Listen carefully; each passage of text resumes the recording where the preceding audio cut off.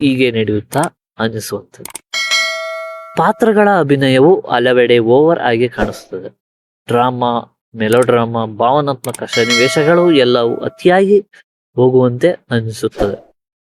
ಕಥೆಯಲ್ಲಿ ಒಂದು ಹಂತದಲ್ಲಿ ಕ್ಲಾಸ್ಟಿಕ್ ಬರುತ್ತದೆ, ಅಲ್ಲಿ ಒಂದು ಘಟನೆ ನಡೆಯುತ್ತದೆ.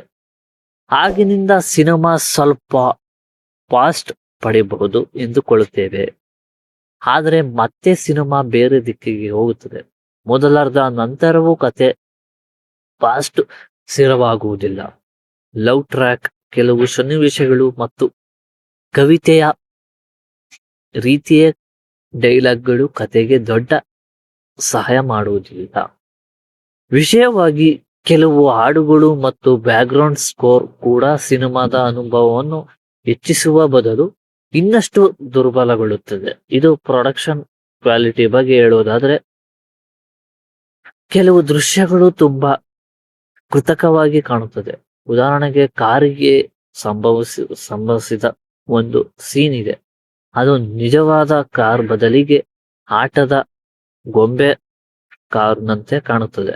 ಕಾರ್ ಶೆಡ್ ಒಳಗೆ ಹೋಗುತ್ತದೆ, ನಂತರ ಬ್ಲಾಸ್ಟ್ ಆಗುತ್ತದೆ. ಆದರೆ ಆ ದೃಶ್ಯವನ್ನು ನೋಡಿದಾಗಲೇ ನಮಗೆ ತಿಳಿಯುವುದು ಇದು VFX ಅಥವಾ ಸೆಟ್ ವರ್ಕ್ ತುಂಬಾ ಕೃತಕವಾಗಿ ಅನಿಸುತ್ತದೆ.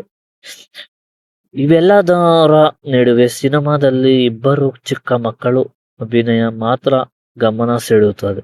ಅವರಿಬ್ಬರು ತಮ್ಮ ಪಾತ್ರಗಳನ್ನು ಚೆನ್ನಾಗಿ ಮಾಡಿದ್ದಾರೆ. ಉಳಿದ ಪಾತ್ರಗಳು ಬಗ್ಗೆ ಹೇಳೋದಾದ್ರೆ, ಹೇಳಿದ್ರು ಮಾಡಿದವರೇ ಹೋದವು ಅನ್ನೋ ರೀತಿ ಅನುಭವ ಬರುತ್ತದೆ. ಒಟ್ಟಿನಲ್ಲಿ ಮಕುಟಂ ಒಂದು ಬಲವಾದ ಕಥೆಯಾಗಿರುವ ಅವಕಾಶ ಹೊಂದಿದ್ದರೂ ಅದರ ನಿರೂಪಣೆ ಮತ್ತು ಡ್ರಾಮಾ ಕಾರಣದಿಂದ ಅದು ಪ್ರೇಕ್ಷಕರನ್ನು ಸಂಪೂರ್ಣವಾಗಿ ಕನೆಕ್ಟ್ ಮಾಡಿಕೊಳ್ಳುವುದು ಸಾಧ್ಯವಾಗಲಿಲ್ಲ.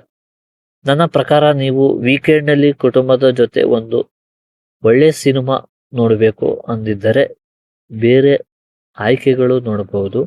ಮಕುಟಂಗೆ ನನ್ನಿಂದ ದೊಡ್ಡ ಶಿಫಾರಸು ಇಲ್ಲ.